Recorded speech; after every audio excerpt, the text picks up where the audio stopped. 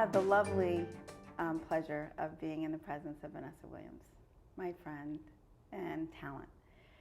Thank you for coming. Thank you. So many people have heard and seen much of what you've done. You've acted, you dance, you do everything. You're a mother, have been a wife, are a fiance. Mm-hmm. How do you do it all? One project at a time. You know, I've been a mother for 27 years now, so I don't remember really my life or career without raising kids. A lot of people say, how do you balance it? And I've always had kids. So that was one of the things that's just been part of how you work out schedules and how you plan your life. I mean, there are certain things that I turned down in my career that I might have been elsewhere in my career, but my priority was my kids. So I didn't travel, I didn't move to some place, I didn't take specific projects because I wanted to be there for my kids. I've traveled the world and come home for 1 hour to see you know, one of my children do something that I promised them that I'd be there, and then jumped back on a plane and did what I needed to do. So you just make it work. It doesn't always feel great.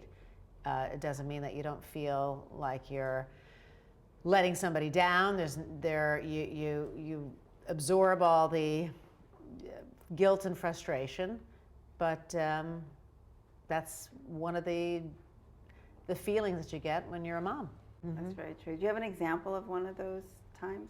No. Well, one of the times I think my biggest time that I actually flew for one event was my daughter had her confirmation in October in church, and I was doing 6 shows in Osaka, Japan. So I had to fly from Osaka to Tokyo, Tokyo to New York, get there in time for the church, go to the ceremony, throw a party, and then jump on a plane to Tokyo to do 10 shows as soon as I landed for the following week. Wow. So, and I've never, you know, that's a pretty far place to fly for just one day, but you know, it was a confirmation and something that was important, and I knew I had to be there as a mom, and so that's probably the furthest I've ever traveled for my children. Wow, that's amazing. And then for guilt, there's always guilt. I mean, and guilt means that you're doing something wrong, which is, I don't feel like I'm doing something wrong when I'm addressing my career and doing what I know I can do, what I need to do to provide for them, but also what I need to do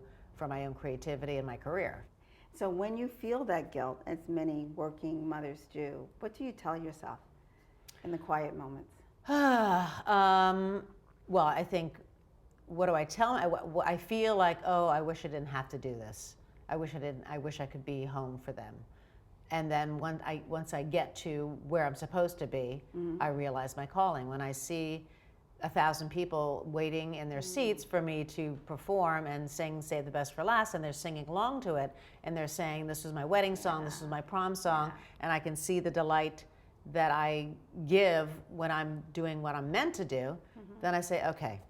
You know, and I come back home fulfilled, and also my kids realize that, you know, that's what mom does. Right. Yeah. Right. This part of it is that when you present who you are to those around you, eventually they embrace that. If they love you, they have to embrace that because that's who you are. It takes a while though to really feel comfortable with who you are, and because you want to please, you want to compete, you want to be relevant, and it's always this dance of, do I fit in? It's like high school. Life is like high school. They're the cool kids, they're the nerds, everyone's got their own group, and you either realize who you are and know that that's your path, and you're going to get the same microcosm of or subset everywhere you go, and you can either change that or maintain who you are.